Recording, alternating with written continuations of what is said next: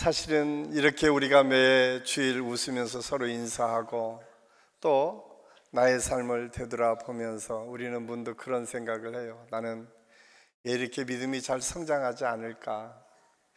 나는 왜 10년, 20년 신앙생활을 했는데 내 삶은 이렇게 변화되지 않을까라고 하는 생각을 할 때가 종종 있습니다. 그럴 때마다 우리의 마음은 점점점 좌절과 낙심이 우리의 마음을 차지하게 됩니다. 때로는 가장 친한 친구가, 늘 함께했던 가족 중에 누군가가 너는 예수 믿는 사람 맞아? 예수 믿으면 이렇게 좀 변해야 되는데 왜 변하지 않아? 라고 하는 이야기를 할 때, 그럴 때마다 우리는 정말 내가 잘 지금 신앙생활을 하고 있는 걸까? 라고 하는 생각을 종종 하게 됩니다. 그런데 이러한 고민은 굉장히 중요합니다. 왜냐하면 우리 스스로를 돌아볼 수 있기 때문에 그렇습니다. 저는 우리 모든 성도들이 늘 예배를 참여할 때마다 먼저 우리가 하나님 앞에 서는 훈련과 연습을 할 수 있어야 됩니다. 하나님, 나는 어떻게 하나님 앞에 믿음을 가지고 나아가야 될까요? 라고 하는 질문들이 있을 때에 우리 믿음은 한 단계 더 성장하고 성숙할 수 있기 때문에 그렇습니다. 그런데 우리는 때로 하나님의 뜻과 섭리를 알면서도 그대로 실천에 옮기지 못할 때가 참 많이 있는 것을 발견하게 됩니다. 하나님의 마음은 충분히 이해하지만 공감하지 못할 때가 종종 있습니다. 하나님의 사랑으로 누군가를 품어야 되는데 품을 수 없고, 내게 상처 준 사람을 보기만 해도 미워서 피해지는 것이 오늘날 우리의 모습은 아닐까. 하나님께서 주신 사명이 우리에게 있지만 그 사명을 맡아서 감당하기까지는 하나님 조금만 더 기다려 주세요. 아니, 이 일 말고 다른 일은 내가 할 수 있는데요 라고 하는 생각을 가지고 신앙생활을 하며 하나님께 때로는 투정을 부리기도 하는 것을 우리가 경험하게 됩니다. 그럼에도 불구하고 하나님은, 중요한 것은 그런 상황에서도 끊임없이 하나님은 일하고 계시다라고 하는 사실을 오늘 우리가 읽은 요나서를 통해서 우리가 깨닫게 됩니다. 마치 아이가 부모님의 훈계를 그 시대는 잘 이해하지 못했지만 철이 들면 점점점 부모님의 그 이야기가 무슨 의미인지를 알아가는 것처럼 지금 하나님의 말씀이 들려진 요나의 생각 속에는 하나님의 말씀이 들어오지 않았음을 오늘 성경은 우리에게 말씀해주고 있습니다. 하나님께서 요나에게 니느웨에 가서 하나님의 말씀을 선포해라, 회개하고 돌이켜서 하나님의 품으로 돌아오라고 하는 말씀을 선포하라는 사명을 요나에게 줍니다. 그런데 요나는 하나님의 생각과 달랐습니다. 왜냐하면 니느웨가 미웠기 때문에 그렇습니다. 왜 요나가 그렇게 니느웨를 미워할 수밖에 없었을까요? 사실은 역사적 상황을 보면 미워할 수밖에 없는 요나의 심정도 충분히 이해가 갑니다. 왜냐하면 니느웨는 아수르, 그 시대 아시리아가 수도가 니느웨였습니다. 지금 티그리스강 주변에 있는 모술이라고 하는 지역이 지금 이라크 지역인데 그 지역이 지금 니느웨입니다. 이 아수르가 그 당시에는 가장 강한 나라였어요. 강한 나라일 뿐만 아니라 다른 나라를 점점 점령해서 통치했던 시대, 그렇게 새롭게 나라가 일구어지고 큰 나라로 성장하던 그때에 그 주변에 붙어 있었던 나라가 이스라엘이었습니다. 그렇기 때문에 얼마나 힘들고 어려웠겠어요. 니느웨 사람들을 보면 이스라엘 사람들에게는 화가 나고 치가 떨릴 정도로 미워할 만한 충분한 이유들이 있었습니다. 왜냐하면 역사적 기록들을 보면 이 아수르 사람들, 아시리아 사람들이 얼마나 잔혹하게 주변 국가들을 통치했는지, 왕을 잡아다가 산채로 껍질을 벗겼다, 말뚝에 박아 죽였다라고 하는 기록이 실제적인 역사의 기록에 있을 만큼 아시리아는 그 주변 국가들을 잔혹하게 통치했음을 알 수가 있습니다. 사실 요나 시대를 더 지나서 이스라엘 사람들이 아시리아의 북이스라엘이 무너지지만 얼마나 잔혹한지 무너질 때는 시드기야라고 하는 왕이 두 눈이 빠져서 죽임을 당할 정도로 철저하게 공격을 받았던 나라. 그 나라의 수도인 니느웨에 가서 주님의 복음을 증거하고 그들을 회개시켜서 하나님의 사람으로 만들려고 하니까 요나가 쉽게 갈 수 있겠습니까? 얼마나 미워하는 마음이 생겼는지 요나는 그곳을 가지 아니하고 다른 곳으로 갑니다. 그래서 하나님께서 니느웨라고 가는 곳이 아니라 다시스로 가는 배를 타게 되죠. 그럼에도 불구하고 하나님은 결국 그를 데려다가 하나님의 말씀을 선포하도록 하고 그 하나님의 말씀이 두 번째로 임했다라고 하는 말씀의 시작이 오늘 요나서 3장 1절에서부터 시작되고 있음을 알 수가 있습니다. 저는 오늘 이 말씀을 준비하며 그런 생각을 했어요. 혹시 내 안에 아직까지 해결하지 못한 니느웨가 있지 않을까? 여러분의 가정에서, 여러분의 주변에서 아직까지 여러분의 마음에 용서하지 못하고 받아들이지 못하는 니느웨는 없습니까? 사실 우리가 이 추석 명절이 되면 더 많은 괴로움이 있는 분들이 참 많이 있을 거예요. 왜냐하면 멀리 있는 사람들에게 상처를 받는 것보다 가장 가까이에 있는 사람들에게 받은 상처가 훨씬 많이 있기 때문에 그들을 어쩔 수 없이 명절이라고 하는 이유로 만난다라고 하는 것 자체가 부담이 될 수도 있는 때가 지금 우리가 살아가는 이 때가 아닐까라는 생각이 듭니다. 그래서 우리는 그렇게 하나님께 기도할 수 있죠. 하나님, 다른 사람은 다 몰라도 저 사람은 내가 만나고 싶지 않아요. 다른 사람은 다 용서할 수 있는데 저 사람은 내가 도대체 용서할 수 없어요 라고 하는 마음이 우리 안에 있을 수 있습니다. 혹시 여러분 마음속에 그런 분이 계시지는 않습니까? 한번 곰곰이 생각해 보시기를 바랍니다. 오늘 요나가 그랬던 것처럼 요나가 자기 스스로를 돌아보며 니느웨만큼은 하나님, 저들이 돌아오는 안 됩니다. 회개해서 구원받는 것 하나님, 저는 원치 않습니다 라고 하는 마음이 요나에게 있었다는 거예요. 뿐만 아니라 오늘날 우리가 사는 이 시대에 사실 정치적으로 너무 많이 대립되어 있는 상황이 있어요. 뿐만 아니라 지역적으로도 참 많은 대립들이 우리의 의지와는 무관하게 참 많이 있어요. 그래서 우리는 서로 다른 의견을 가지고 서로 다른 정치적 성향을 갖고 있으면 사람 취급하지 않고 말도 섞지 않는 경우가 종종 있습니다. 그런 마음이 있다면 오늘 이 말씀을 듣고 우리 스스로를 돌아볼 수 있어야 돼요. 하나님의 마음은 어떤가? 오늘 말씀의 제목이 하나님의 마음을 품으라. 우리가 하나님의 마음을 품는다는 게 뭘까? 저는 오늘 이 말씀을 통해서 우리 모든 성도들이 이 마음 안에 있는 여러 가지 문제들이 해결되고 또 하나님께서 우리를 향하신 하나님의 뜻과 섭리를 깨닫고 우리가 오늘 말씀을 통해서 변화받는 은혜의 시간이 될 수 있기를 예수님의 이름으로 간절히 축원합니다. 왜냐하면 하나님은 사랑으로 우리를 품으시기 때문에 그렇습니다.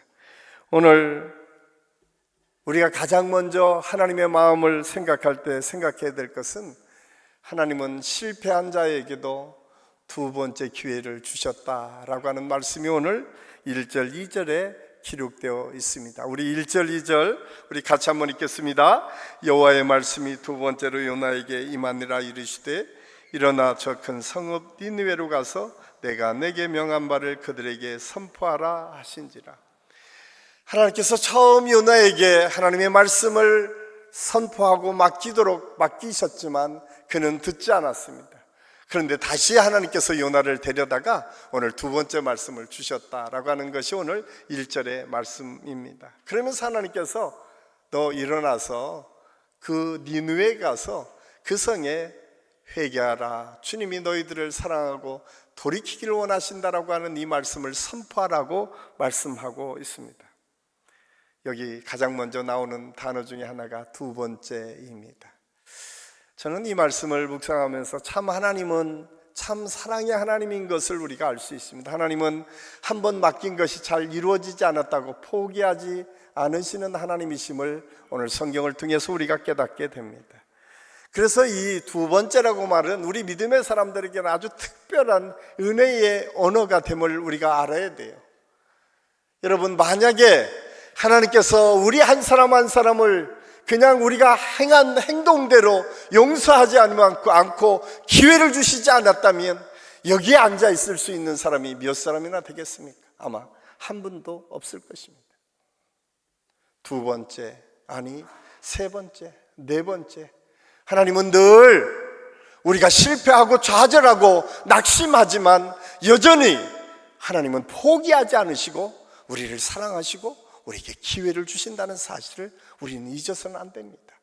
그분이 우리가 믿는 하나님이고 그 하나님께서 오늘 요나를 향해서 두 번째로 말씀하시면서 다시 기회를 주고 계시다라고 하는 사실을 알 수가 있습니다. 그래서 우리가 잘 아는 칼바르트라고 하는 신학자는 교회 교회학에서 하나님의 은혜는 인간의 첫 번째 응답에 의존하지 않는다. 오히려 하나님은 우리의 거부와 실패에도 불구하고 계속해서 우리를 부르신다. 하나님은 한 번만 우리를 부르신 것이 아니라 실패와 좌절, 심지어는 우리가 거부하는 그 순간에도 하나님은 우리를 붙드시고 우리를 초청하시고 우리를 부르신다라고 하는 사실을 우리에게 가르쳐 주고 있습니다. 이것이 두 번째라고 하는 이 짧은 한 단어 속에 감춰진 하나님의 마음임을 알 수가 있습니다. 또 한 단어가 등장하는데 일어나라고 하는 단어입니다.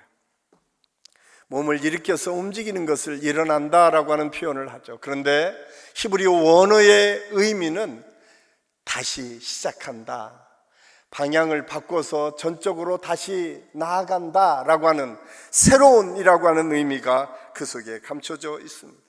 과거의 실패의 자리, 낙심의 자리, 절망의 자리에 주저앉아 있을 때에 하나님께서는 일어나서 방향을 틀어서 하나님께서 원하시는 방향으로 나아가는 것을 이 일어나라고 하는 단어 속에 감춰주고 있음을 알 수가 있습니다.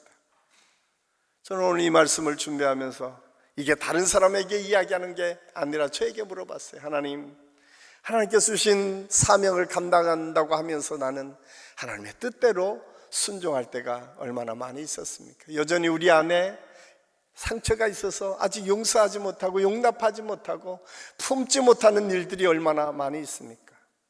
또 하나님께서 우리에게 일을 맡길 때는 하나님 조금 더 지나면 내가 이거 바쁜 일 끝내고 조금 편안할 때 이 일을 하겠습니까? 라고 하는 사명을 외면할 때가 얼마나 많이 있습니까?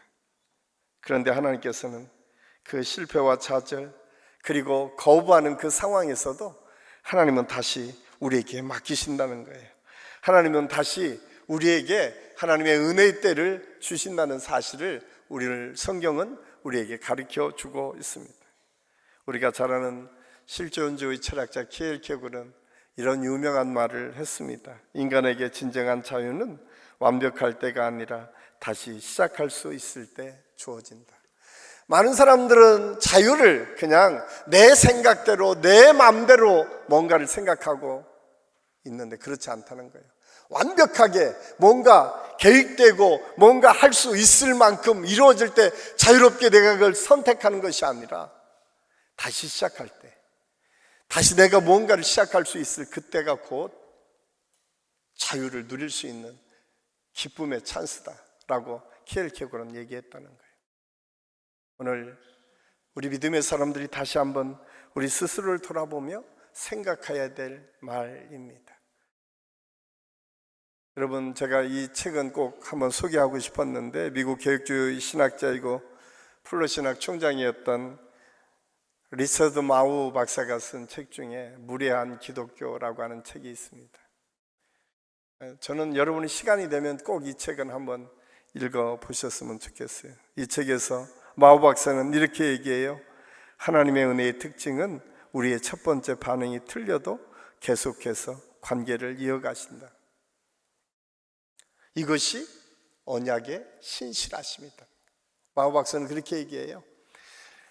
우리가 연약하고 부족해서 거부하고 실패하고 좌절하고 낙심할 때에 하나님은 하나님의 약속 때문에, 하나님이 구원해서 하나님의 택해서 하나님께서 우리를 자녀 삼아 주셨기 때문에 신실하시게 마지막까지 하나님께서 우리를 붙잡고 이끌고 인도해 주신다는 사실을 이야기하고 있어요. 이것이 언약의 신실함이시라고 마우 박사는 이야기하고 있습니다.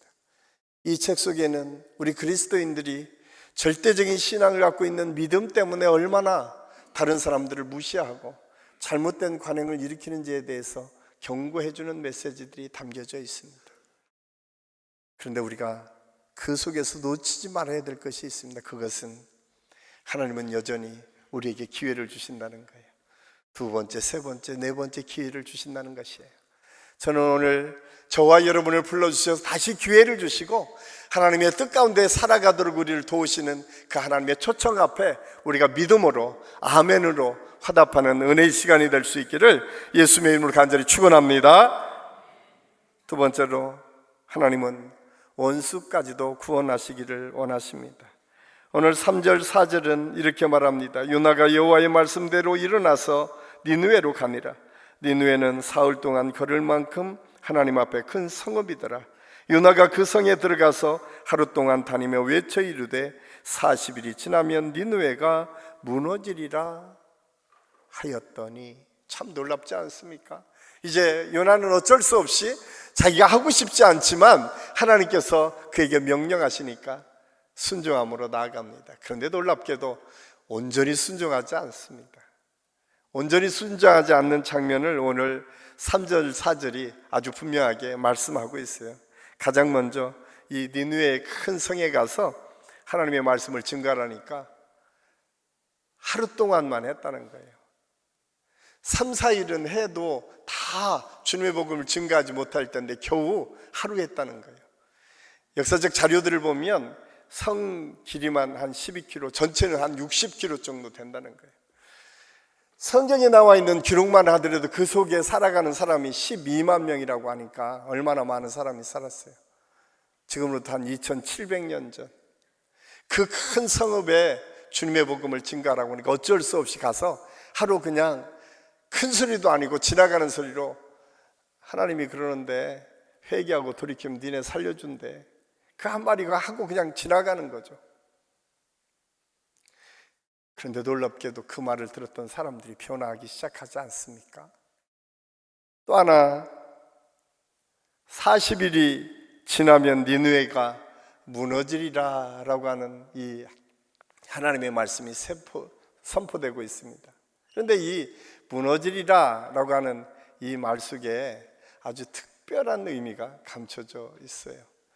원래 히브리어 네파카트라고 하는 말로 쓰여졌어요. 이 네파카트라고 하는 말은 뒤집다, 변하다 라고 하는 말이죠. 이 무너진다라고 하는 의미는 뭐예요? 아주 쉽게 말하면 너 망한다라는 얘기예요. 야, 니네 망해. 그런데 하나님은 망한다라고 얘기하지 않고 거기에다가 이중언어를 넣었어요. 뒤집히고 변한다라고 하는 의미가 동시에 그 무너진다는 의미 속에 감춰져 있다는 사실입니다. 이것이 하나님의 마음입니다. 그래서 히브리어 언어학자 프란시스 앤더슨은 이렇게 이 단어를 기록하고 있어요. 네파카트는 소돔과 고모라의 심판에서 사용된 단어이지만 동시에 마음이 변하다는 의미도 담고 있다. 하나님의 선포에는 항상 구원의 가능성이 열려 있다. 참 놀랍지 않습니까? 하나님은 망한다라고 해서 그냥 끝나는 것이 아니에요. 하나님께서 심판한다라고 해서 심판으로 끝나는 것이 아니라 거기에 구원의 역사가 감춰 있다는 거예요. 너희가 바꾸면, 너희가 뒤집히면, 너희가 변하면 하나님께서 다시 살려주시고 다시 하나님의 은혜를 베풀어 주시고 다시 하나님의 역사를 이루어가도록 너희를 사용하시겠다는 거예요. 오늘 요나를 통해서 니느웨, 요나는 망하기를 원했고 요나는 끝장나기를 원했는데 그가 하나님의 말씀을 선포할 때에 그는 어쩔 수 없이 그 이중적인 언어를 그대로 사용해서 하나님의 말씀을 선포했음을 오늘 성경을 통해서 우리가 깨닫게 됩니다. 이것이 하나님의 마음이고 하나님의 사랑입니다. 하나님은 망해져 가는 것처럼 때로는 우리가 신앙생활하면서 내가 여러 가지 사업과 여러분의 가정의 문제와 아픔과 고통 때문에 실패하고 좌절할 수 있습니다. 그런데 오늘 말씀을 그대로 묵상하면 그 실패와 좌절은 끝이 아니라 다시 시작할 수 있는, 변하고 바꾸기만 하면 하나님의 은혜를 다시 누릴 수 있는 축복의 시간이다라고 하는 사실을 오늘 이 말씀을 통해서 우리에게 가르쳐주고 있습니다.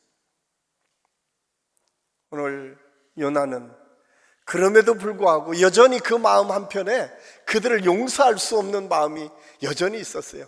그렇게 하나님이 설득하고 하나님께서 말씀하셨지만 그 마음이 흔쾌하게 그에게 받아들여지지 않았어요. 그럼에도 하나님은 요나를 통해서 하나님의 역사를 하나하나 이루어 가시는 장면을 성경은 우리에게 가르쳐 주고 있습니다. 저는 이 말씀을 통해서 다른 사람이 아니라 저 스스로에게 봤어요. 하나님의 일들을 감당하고 하나님의 역사를 이루어가기까지는 굉장히 다른 의견들이 있을 수 있고 서로 다른 성품들이 있고 서로 다른 성격들이 있고 서로 환경들이 다른 곳에서 자라는 사람들이 다 같을 수 있겠습니까? 다 같을 수 있는 것이 이상한 거죠. 다름을 존중하고 인정하고 다름을 통해서 또 다른 하나님의 역사를 이루어가는 것이 얼마나 소중한지를 오늘 우리에게 말씀해 주고 있습니다. 혹시 여전히 우리가 저 사람은 안 돼라고 하는 사람이 아직도 존재하고 있습니까? 이 일만큼은 내가 도저히 용납할 수 없어 라고 하는 마음이 우리 안에 있습니까? 그런데 하나님은 그 마음 속에서도 그것을 바꾸어서 또 다른 하나님의 역사를 이루어가기를 원하신다는 사실을 꼭 기억하십시오. 그래서 우리 모든 성도들이 오늘 이 하나님의 마음을 받아서 넉넉한 마음이 아니라 그래도 하나님께서 망하더라도 또 다른 하나님의 역사를 이루어간다는 사실을 기억하고 믿음으로 그 마음을 우리가 받아들였으면 좋겠어요. 그래서 어떤 사회학자가 가장 공동체 속의 큰 문제는 미움 자체가 아니라 끝내 용서하지 못하는 마음이라고 얘기해요. 이 사회가 건강하지 못하는 가장 큰 이유, 누구를 미워하고 싫어하는 것, 이것 때문만이 아니라는 거예요. 끝까지 용서하지 못하는 마음이 우리에게 있을 때에 건강한 사회, 건강한 공동체, 건강한 가정이 세워질 수 없습니다. 저는 오늘 요나를 통해서 우리가 다시 배워야 될 게 뭐예요? 중요한 거는 우리가 아무리 그렇게 용을 써도 하나님이 하신다는 거예요. 하나님은 마침내 하나님의 뜻과 섭리 가운데 요나를 끌고 가셔서 그렇게 이루도록 만들어 갔습니다. 그리고 마침내 5절에서 이런 놀라운 하나님의 역사가 일어납니다. 우리 5절 말씀 한번 띄워줘 보십시오. 우리 같이 한번 읽겠습니다. 니느웨 사람들이 하나님을 믿고 그 음식을 선포하고 크고 작은 자를 막론하고 굵은 배를 입은지라. 참 놀랍지 않습니까? 아니 저주바다에 마땅하고 저 사람들 실패하고 낙심해야 되는데 아니 뽀득뽀득 회개하고 돌이키기를 시작하네요. 그것도 왕부터 모든 백성에 이르기까지. 참 놀랍지 않습니까? 그래서 하나님은 한 사람의 회개에도 기뻐하신다는 사실을 우리가 잊어서는 안 됩니다. 한 사람이 돌아올 때에 99마리를 놓고 한 마리 양을 찾아가는 그 목자의 심정을 우리에게 이야기하면서 내 마음이 그렇다라고 말씀합니다. 그런데 이것은 쉽게 받아들이기가 어렵습니다. 오늘 이 히브리어 믿고라고 하는 히브리어는 우리가 잘 아는 아멘, 동의합니다, 그렇습니다 라고 하는 의미가 같이 담겨져 있어요. 그래서 우리는 이 믿는다라고 하는 것은 전적으로 의지하고 자신을 맡기는 것을 의미합니다.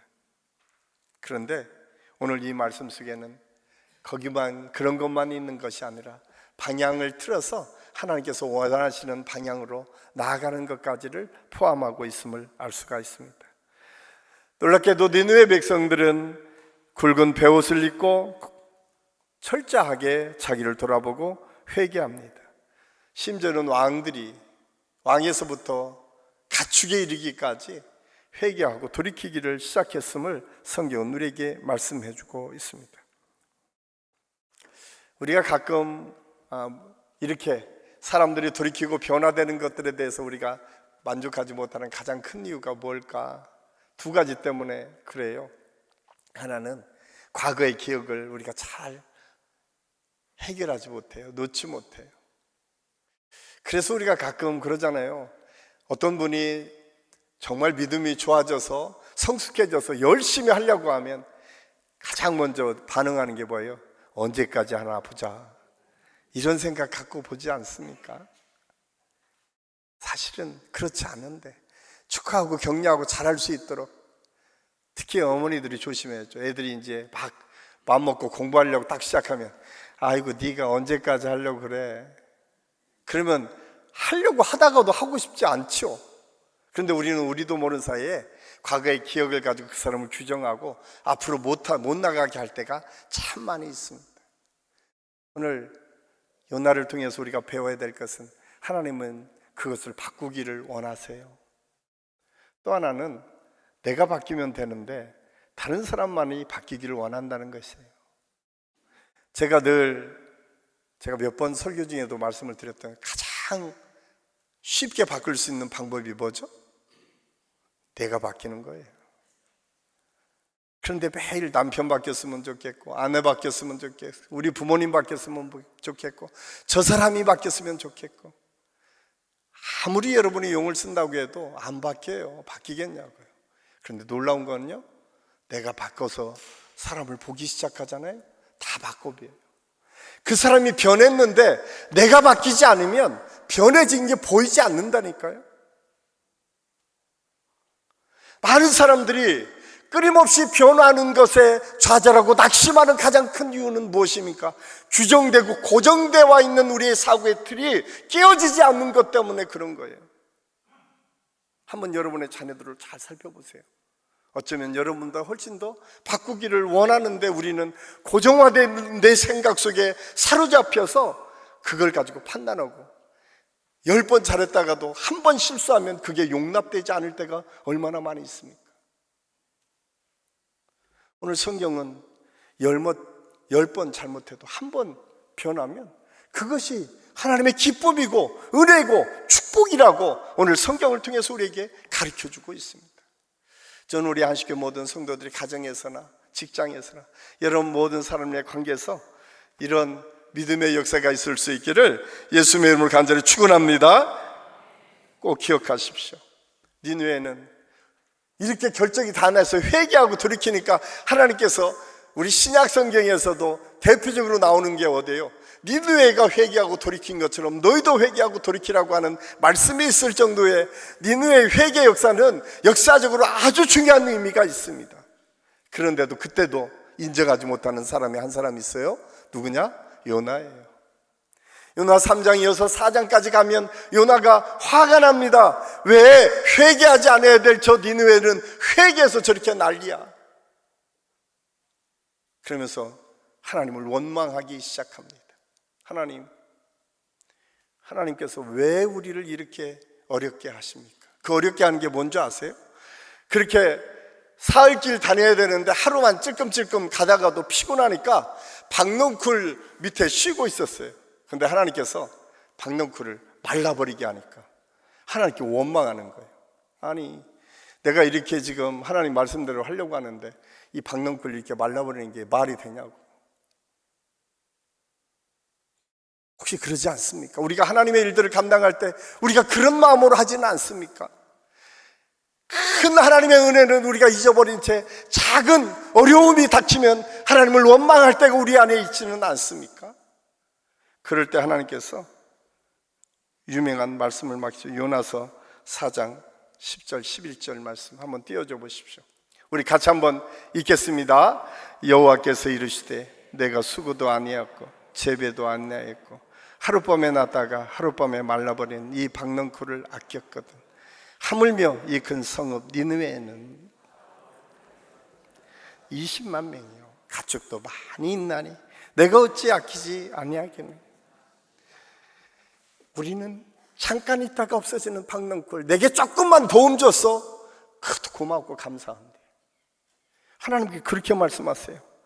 좌우를 분별하지 못하는 12만의 사람이 있지 않느냐. 아직 알지 못해서, 깨닫지 못해서 돌아오지 못하는 사람을 놓고 니네는 비난하고 비판하며 저주를 퍼붓고 있지 않느냐. 이것이 하나님께서 우리에게 묻는 질문이에요.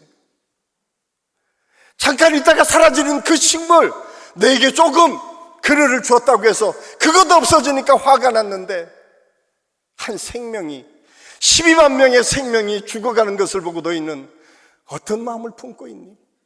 이것이 요나에게 짓는 하나님의 질문입니다. 저는 오늘 이 말씀을 준비하면서 우리 스스로에게, 저 스스로에게 물었습니다. 너는 지금 무엇이 중요하고 무엇이 우리에게 있어야 될지를 알고 있느냐? 저는 오늘 이 말씀이 다시 우리 모든 성도들에게, 여러분의 가족들을 받아들이지 못하고 여러분의 친한 사람들을 여러분이 용서하지 못하는 가장 큰 이유가, 혹시 여러분이 조금 도움되지 않았다고 박넝쿨이 말라버리는 것처럼 보여지는 그것 때문에 여러분이 그냥 마음을 열고 있지 못하고 있는 것은 아닙니까? 그 생명을 위해서 우리 주님은 십자가를 지셨는데, 그 생명이 구원받기 위해서 하나님이 이 땅에 오셔서 십자가를 지셨는데, 우리는 고작 나하고 조금 불편한 것, 그것 때문에 용서하지 못하고 살고 있지는 않은 거예요. 저는 오늘 이 말씀이 다시 우리에게 도전이 됐으면 좋겠어요. 하나님의 마음을 내가 품기를 원합니다. 하나님의 마음처럼 계속해서 기회를 주는 것처럼 또 다른 사람에게 넓은 마음으로 기회를 줄 수 있는 은혜를 내게 허락하여 주옵소서. 그게 내 자식일 수도 있고 부모일 수도 있고 형제 자매일 수도 있고 친한 친구일 수도 있습니다.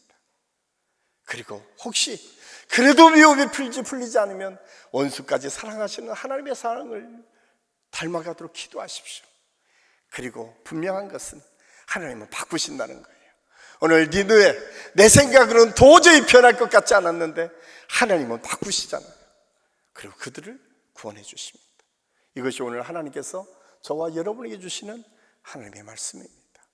저는 우리 아쉽게 모든 성도들이 오늘 이 말씀을 통해서 우리 스스로를 돌아보고 요나 같은 우리의 연약함이 벗겨지고 다시 하나님의 은혜로, 하나님의 역사로 나아가는 은혜를 우리 모두가 누릴 수 있기를 예수님의 이름으로 간절히 축원합니다. 기도하겠습니다. 아버지 하나님, 은혜를 감사합니다. 오늘 말씀을 통해서 우리 자신들이 요나 같은 모습이 있음을 고백합니다. 하나님, 아직 풀어지고 해결되지 않은 많은 문제들이 있다면 오늘 이 말씀을 가지고 하나님이 나를 용서하고 나를 사랑해 주시는 것처럼 하나님의 사랑을 통해서 또 다른 사람에게 원수까지도 품고 사랑하시는 하나님의 그 사랑의 마음이 우리 안에 있게 하여 주셔서 이번 계기를 통해서 우리 모두가 화해하고 서로를 돕고 사랑하는 아름다운 믿음의 모습을 누릴 수 있도록 하나님께서 역사하여 주시옵소서. 하나님께서 함께 하심을 감사하고 예수님의 이름으로 감사드리며 기도하옵나이다. 아멘.